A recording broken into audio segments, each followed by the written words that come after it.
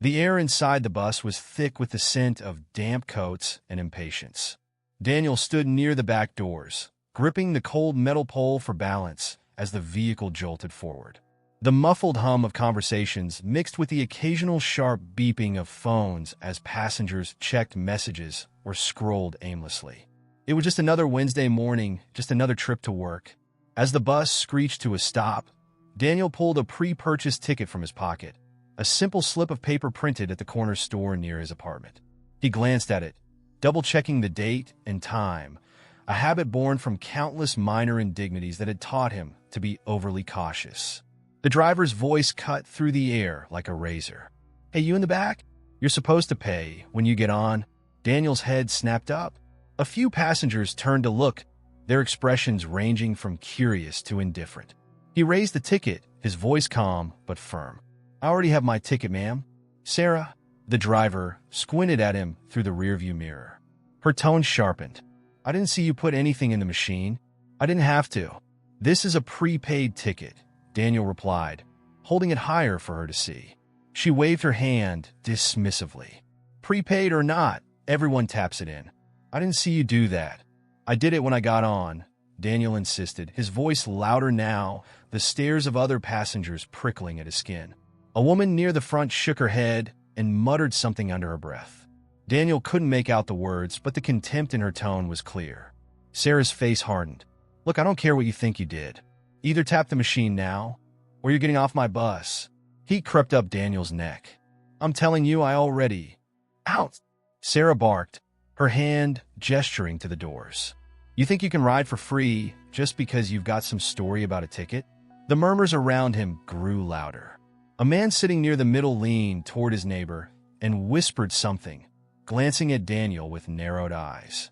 Another passenger let out an exaggerated sigh, rolling her eyes as if Daniel's mere presence was an inconvenience. Daniel's chest tightened. He took a step forward, holding the ticket directly toward Sarah. "Ma'am, please look at this. I've paid. There's no reason to treat me like this." Sarah didn't budge. Her eyes bore into him, unflinching and unapologetic. "This is my bus, my rules, and my rule is if I didn't see you pay, you're not staying on." A teenage boy near the window let out a quiet chuckle, nudging his friend. "Man, this is embarrassing," he muttered, loud enough for Daniel to hear. Daniel swallowed hard, his throat dry. He turned toward the passengers, hoping for anyone, to intervene. "I have my ticket right here," he said, his voice cracking slightly under the weight of his frustration. No one spoke. A few avoided his gaze entirely, looking out the windows or pretending to be engrossed in their phones. One man near the front crossed his arms and gave a small shake of his head, as if to say, "Just get off already." The bus doors hissed open. Sarah's voice came again, cold and final. "Last chance. You can either get off peacefully, or I'll call someone to remove you." For a moment, Daniel considered standing his ground, but the reality of the situation pressed down on him. He wasn't just a passenger with a valid ticket. He was a young black man in a city where standing up for himself often came with risks. With a deep breath, he stepped toward the open doors, the ticket still clenched in his hand. He paused at the threshold, his eyes locking with Sarah's. "You didn't even look," he said, his voice low but steady. Her only response was a hard stare, as if daring him to say more. As Daniel stepped onto the sidewalk, the bus doors slammed shut behind him. The sound was louder than it needed to be, a punctuation mark on his humiliation. He stood there for a moment, watching the bus pull away, the faces of the passengers blurred by the dirty windows. A knot of anger and shame twisted in his stomach. He wanted to scream, to demand that someone acknowledge the injustice of what had just happened. But he knew it wouldn't change anything. The world kept moving, indifferent to moments like this. With a resigned sigh, Daniel turned and began walking. The afternoon sun was warm on his back, but it offered little comfort. As he moved down the sidewalk, he replayed the scene in his mind, each detail sharpening the ache in his chest. He thought of Sarah's dismissive tone, the muttered comments, the way no one had stood up for him. But most of all, he thought of the ticket still crumpled in his hand, a quiet, undeniable proof of his innocence that no one had cared to see. The gravel under Daniel's sneakers crunched with every step as he moved along the sidewalk. His breath was shallow, his heart still pounding from the confrontation on the bus. The ticket, now damp from his palm sweat, was still in his grip. It felt useless now, just a shred of paper that symbolized everything wrong with the last 15 minutes of his life. He wasn't sure what stung more, Sarah's outright dismissal or the silent complicity of the passengers. Every face he'd looked at, every pair of eyes that avoided his, played back in his mind like a cruel loop. Not one person had stood up for him. At the corner, he stopped to adjust the strap of his worn backpack. The strap's frayed edge scratched his skin. A small irritation piled onto the larger humiliation of the day. A group of teenagers stood near the bus shelter, chatting loudly. One of them, a boy in a green hoodie, pointed in Daniel's direction. "Yo, ain't that the dude who got kicked off the bus?" he said, laughing. Daniel's body stiffened, his grip tightening on the strap of his bag. He didn't turn around, but could feel their eyes on him, the laughter growing louder as he quickened his pace. "Hey man, you forgot to pay." "Huh," another voice called after him, followed by exaggerated cackles. Daniel forced himself to keep walking. Responding would only escalate things, and he didn't have the energy to deal with more confrontation. By the time he reached his workplace, a modest diner tucked between a laundromat and a pawn shop, the weight of the day had settled heavily on his shoulders. As he pushed through the glass door, the familiar smell of coffee and frying bacon greeted him. "You're late," came a sharp voice from behind the counter. It was Cynthia, his manager, a no-nonsense woman in her 40s with a permanent scowl etched on her face. She didn't even look up from the register as she spoke, her fingers dancing over the keys. "I know," Daniel replied, his voice subdued. "The bus." "The bus," Cynthia interrupted, finally glancing at him. Her eyes narrowed as she took in his disheveled appearance. "Always an excuse with you. We're short-handed, and I need you on the floor now." Daniel nodded, swallowing his frustration. He knew better than to argue. Tossing his backpack into the small break room, he grabbed his apron and tied it around his waist. As he stepped onto the floor, the familiar clatter of dishes and murmur of customers filled his ears. He passed by a table where a man was snapping his fingers impatiently. "Hey, over here," the man barked. Daniel forced a polite smile as he approached. "Good afternoon, sir. Can I get you something?" "Yeah, you can give me the coffee I asked for 10 minutes ago," the man snapped. "Do I need to come back there and pour it myself?" Daniel's smile faltered for a split second before he caught himself. "I'll get that for you right away." As he turned toward the coffee station, he could feel the man's eyes boring into his back. The urge to whip around and say something, anything, was almost overwhelming. But he didn't. He couldn't. Not here. He poured the coffee, the steam rising and fogging his glasses slightly.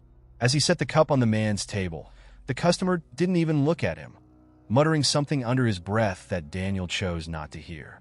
The rest of the shift passed in a blur of orders and forced politeness. By the time Daniel clocked out, the sun had dipped below the horizon, casting long shadows across the street. He lingered by the diner's door, reluctant to face the long walk home.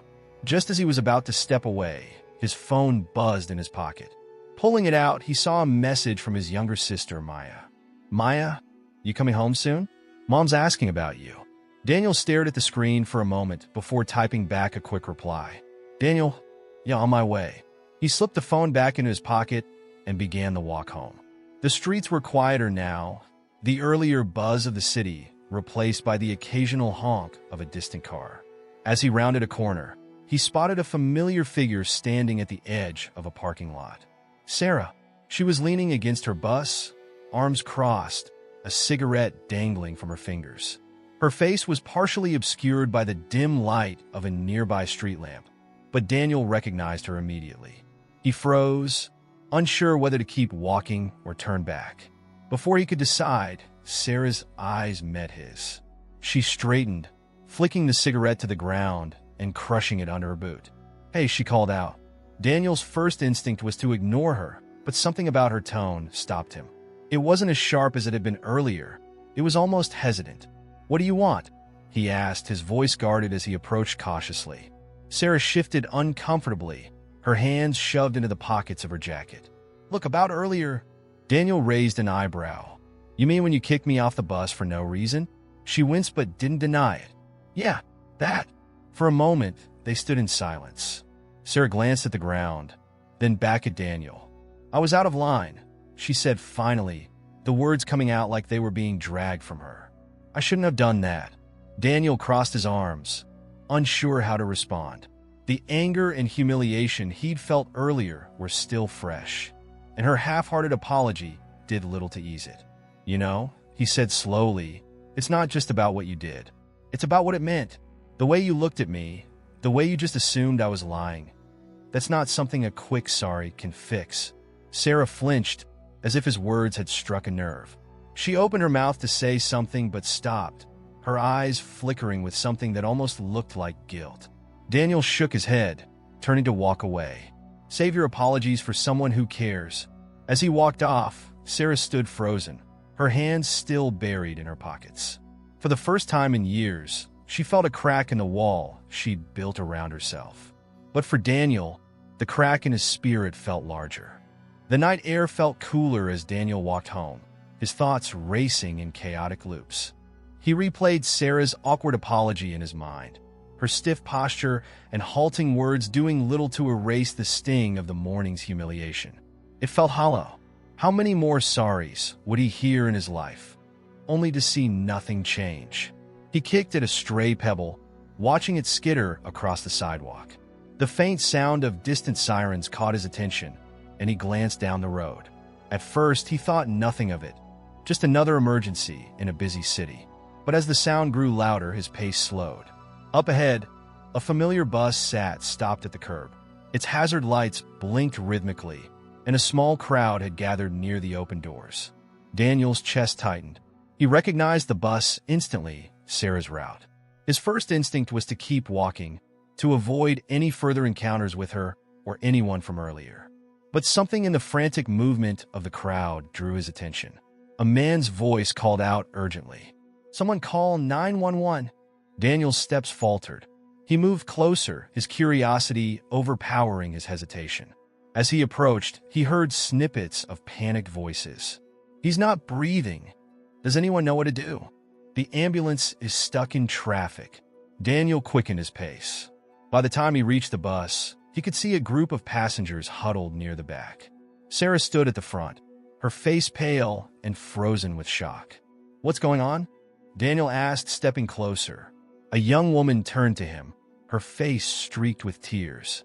An old man collapsed. He's not breathing. We don't know what to do. Daniel's stomach dropped. Pushing past the onlookers, he reached the center of the commotion. There, lying sprawled across the aisle, was Thomas, the elderly man who had been sitting quietly at the back of the bus that morning. His face was ashen, his chest eerily still. For a split second, Daniel froze. Memories of the first aid course he'd taken months ago flashed through his mind. The CPR demonstrations, the instructor's calm voice reminding them to stay focused in emergencies. He dropped to his knees beside Thomas, his hands trembling slightly as he assessed the situation. Does anyone have a jacket or something to cushion his head? He asked, his voice steady despite the knot forming in his throat. A man handed over his hoodie, and Daniel gently placed it under Thomas's head. Someone call the ambulance again and tell them we're stabilizing him, he said. Sarah's voice broke through the chaos, shaky and uncertain. I already called them. They said they're on their way. Good, Daniel replied without looking at her. He tilted Thomas's head back to open his airway and check for a pulse. Nothing. The murmurs around him grew louder, fear rippling through the crowd. Daniel blocked it out, focusing on what he'd been taught. He placed his hands on Thomas's chest and began compressions, counting under his breath. 1, 2, 3, 4. His movements were precise, his determination unwavering. The seconds stretched into minutes as he worked, sweat beading on his forehead. A young girl nearby clung to her mother, her wide eyes fixed on Daniel. Mommy, is he gonna die? She whispered. Sure, the woman murmured, pulling her daughter close. Daniel's arms burned from the effort, but he didn't stop. He alternated between chest compressions and rescue breaths, his focus narrowing to the rhythm of his actions. Stay with me, old man, he muttered under his breath. Finally, After what felt like an eternity, a faint gasp escaped Thomas's lips. His chest rose slightly, and his eyelids fluttered. A wave of relief swept through the crowd. "He's breathing," someone exclaimed. Daniel leaned back, his arms shaking as he exhaled deeply. He glanced up to see the paramedics pushing through the throng of onlookers. One of them knelt beside Thomas, checking his vitals. "You did good," the paramedic said, nodding at Daniel. "You probably saved his life." The words barely registered. Daniel sat back on his heels, exhaustion washing over him. The crowd began to disperse as the paramedics worked, and the tension in the air slowly eased. As the ambulance doors closed and the vehicle pulled away, Daniel rose to his feet. His muscles ached, but he stood tall, his gaze sweeping over the remaining passengers. Most of them looked at him with a mixture of gratitude and awe. Sarah approached him hesitantly, her hands wringing together. Her face was a canvas of emotions, shock, guilt, and something that looked like shame. "Daniel," she began, her voice barely above a whisper. He turned to face her, his expression unreadable. I didn't know," she stammered, tears welling in her eyes. "About you. About the kind of person you are. I was wrong. So wrong." Daniel's jaw tightened. He took a step closer, his voice calm but firm. "You didn't know because you didn't care to know. All you saw was someone you thought you could dismiss." Sarah's shoulders slumped, her head bowing slightly. "You're right," she admitted. "I messed up, big time, and I'm sorry." The sincerity in her voice surprised him, but it wasn't enough to erase the day's events. He looked at her for a long moment before speaking. "Sorry isn't enough, Sarah. If you really want to make it right, prove it. Change the way you treat people." She nodded, her tears falling freely now. "I will. I promise." Daniel didn't respond immediately. He turned to leave but paused, glancing back at her. "You got a second chance. Don't waste it." As he walked away, Sarah stood rooted to the spot, her mind reeling from the day's events. For the first time in years, she felt the weight of her actions and the chance to become someone better. The following morning, the city buzzed as if nothing had happened. Cars sped by, coffee shops overflowed with customers, and the hum of life continued its relentless pace. But for Daniel and Sarah, the events of the previous day lingered like a heavy shadow. At the diner, Daniel stood behind the counter, wiping down tables. His manager, Cynthia, barely acknowledged his presence, muttering something about the late shift as she counted receipts. A few regulars nodded at him as they walked in, but otherwise, the world moved on, indifferent to the fact that he'd saved a life the night before. "Hey, Daniel," came a voice from behind. He turned to see Lila, a co-worker who usually worked mornings. She was holding her phone, her expression a mix of curiosity and excitement. "You were on the news last night," she said, holding up her screen. Daniel frowned. "What?" Lila tapped the screen, and a video began to play. The footage was grainy, shot on someone's phone, but it clearly showed Daniel performing CPR on Thomas in the bus. The caption read, "Heroic passenger saves elderly man on city bus." Daniel's stomach tightened as he watched. His face was visible, his focus and determination clear as he worked to revive Thomas. The video cut to an interview with a woman who had been on the bus. "If it weren't for that young man, I don't know what would have happened," she said, her voice trembling. "He just stepped in and did what none of us knew how to do." Daniel handed the phone back, his throat dry. "I didn't know someone recorded it." "Well, now everyone knows you're a hero," Lila said with a grin. "Pretty cool, huh?" But Daniel didn't feel cool. The attention made him uneasy. He hadn't stepped in for recognition. He'd done it because it was the right thing to do. Still, he couldn't deny the small swell of pride in his chest. Across town, Sarah sat in the driver's lounge at the bus depot, staring at the same video on her phone. Her co-workers chatted around her, but their voices faded into the background. She couldn't stop watching. Each replay was a painful reminder of her own actions, or lack thereof. While Daniel had risen to the occasion, she had stood frozen, helpless and consumed by her own inadequacies. "You okay, Sarah?" She looked up to see another driver, a man named Pete, watching her with a concerned expression. "Yeah," she muttered, locking her phone. "Just thinking." Pete nodded, taking a seat beside her. Saw the video. Crazy, huh? That kid saved the guy's life. Sarah swallowed hard. Yeah, he did. You were there, right? Must have been wild to see it up close. It was, Sarah said, her voice quiet. She hesitated, then added, I wasn't exactly my best self yesterday. Pete raised an eyebrow. What do you mean? Sarah shook her head, not ready to share the full truth. I've got some stuff to figure out. Pete gave her a pat on the shoulder. We all do, Sarah. Don't beat yourself up too much. But she couldn't help it. Later that day, Sarah found herself driving the same route as the day before. Each stop felt heavier. Each passenger a reminder of the moment she'd failed to rise above her worst instincts. When she reached the corner where Daniel had exited the bus, she hesitated. The memory of his face, his calm fury, replayed in her mind. She had to do something, anything, to make this right. At her next break, she pulled out her phone and searched for local community workshops. One listing caught her eye: empathy and bias awareness, building bridges across differences. She clicked the link, reading the description carefully. The idea of attending such a workshop made her stomach churn with nerves, but deep down, she knew it was exactly what she needed. Meanwhile, Daniel returned home that evening to find his sister, Maya, sprawled on the couch, her phone in hand. Daniel, she exclaimed, sitting up, why didn't you tell me you were famous now? He groaned, dropping his backpack by the door. I'm not famous. You're all over social media. Maya held up her phone, showing him comments under the video. Most were positive, praising his quick thinking and bravery, but a few stung. Bet he's milking this for attention. Where's the proof he really saved the guy? Could have just been lucky. Daniel shook his head, the earlier pride fading. People will say anything. Don't let the trolls get to you, Maya said. Most of these people are just jealous they've never done anything useful in their lives. He managed a small smile. Thanks, Maya. As she turned back to her phone, Daniel's own thoughts drifted. He couldn't stop thinking about Thomas. Was he okay? Did he know Daniel had helped him? And what about Sarah? Had she really learned anything from what happened? A few days later, Daniel received an unexpected call. Hello, is this Daniel Simmons?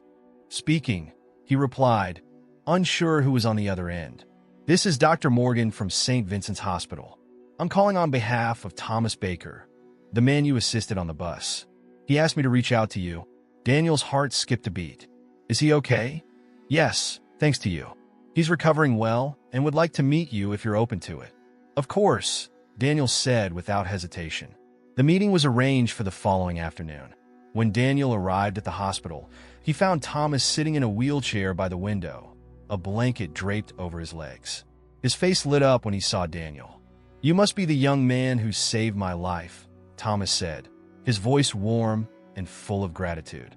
Daniel smiled, taking a seat beside him. I just did what I could. Thomas reached out, placing a frail hand on Daniel's arm. You did more than that. You gave me another chance. As they talked, Daniel learned more about Thomas's life. A retired teacher, a widower, a man who had seen the best and worst of humanity in his 80 years. But when Thomas mentioned his estranged daughter, Daniel froze. She's a bus driver, Thomas said softly, his eyes clouding with sadness. We haven't spoken in years. The realization hit Daniel like a wave. Sarah, he asked, his voice barely above a whisper. Thomas nodded, his expression one of quiet pain. For a moment, Daniel didn't know what to say. The connection between the two was both shocking and strangely fitting. A piece of the puzzle he hadn't even known was missing. The hospital's sterile air felt heavier as Daniel sat with Thomas, his mind racing. The old man's soft, regret-filled voice echoed in his ears. We haven't spoken in years. The weight of what Thomas had revealed, that he was Sarah's father, settled in a place like the final piece of a complicated puzzle. Daniel took a slow breath. Thomas, he began carefully, there's something I need to tell you. The elderly man tilted his head, his eyes sharp despite his frailty. Your daughter, Daniel continued, hesitating. She was driving the bus that day. Thomas's eyes widened in shock. His hand trembled slightly as he gripped the armrest of his wheelchair. Sarah? My Sarah? Daniel nodded. Yes. I didn't know she was your daughter until now, but she was there when you collapsed.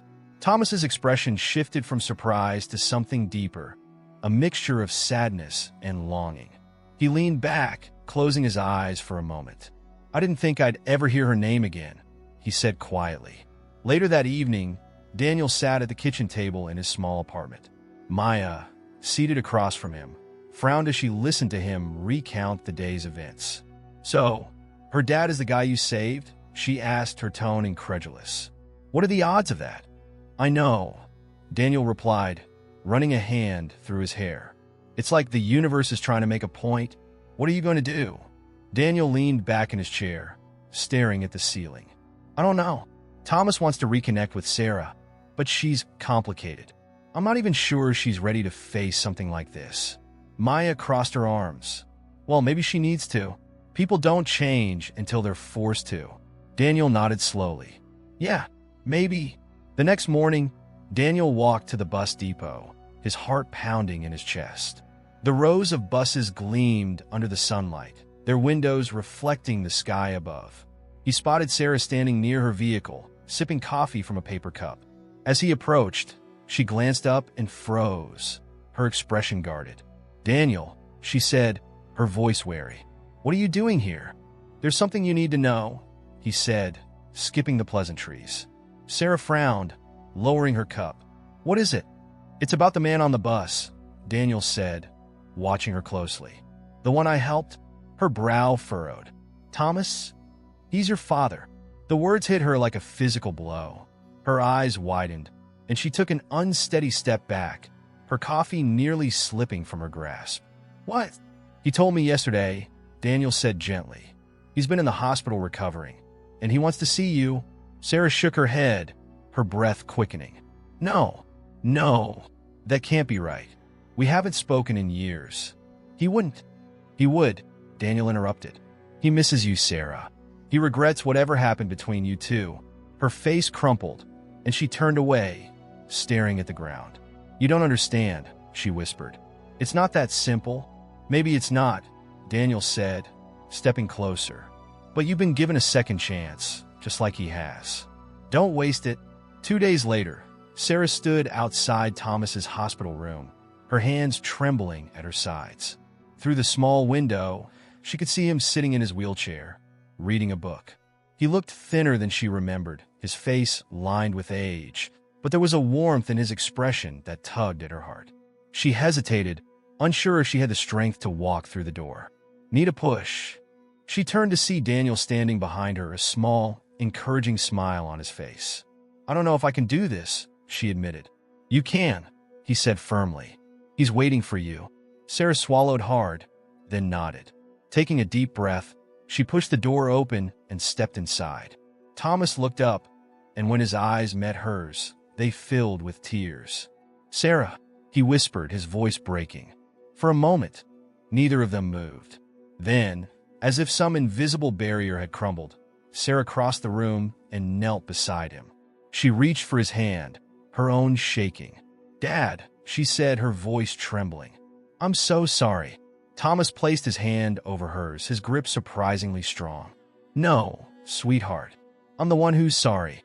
Their words dissolved into quiet sobs, the years of pain and regret spilling out in waves. Daniel watched from the doorway, a quiet sense of satisfaction settling over him. In the weeks that followed, Sarah began to change. She enrolled in the empathy workshop she'd found and started volunteering at a local community center, hoping to make amends for her past behavior. Her relationship with Thomas, though still fragile, began to heal as they spent time together, sharing stories and rebuilding trust. Daniel, meanwhile, found himself the focus of unexpected recognition. The diner where he worked held a small ceremony in his honor, presenting him with a certificate of appreciation. The video of his heroic actions continued to circulate online, drawing attention to the importance of first aid training. But for Daniel, the real reward was quieter. The knowledge that he had played a role in bringing a family back together and showing Sarah that change was possible. One crisp autumn morning, Daniel boarded the bus for work.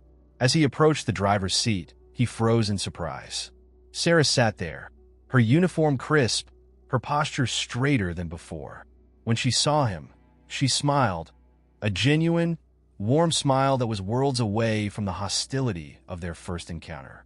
"Good morning, Daniel," she said, her tone light. "Your ride's on me today." He chuckled, shaking his head. "I've got my ticket this time." She laughed softly, and for the first time, it felt easy.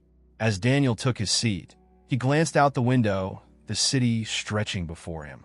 It wasn't perfect, but moments like these reminded him that change, though slow and often painful, was always possible. And sometimes, all it took was one gesture to start it.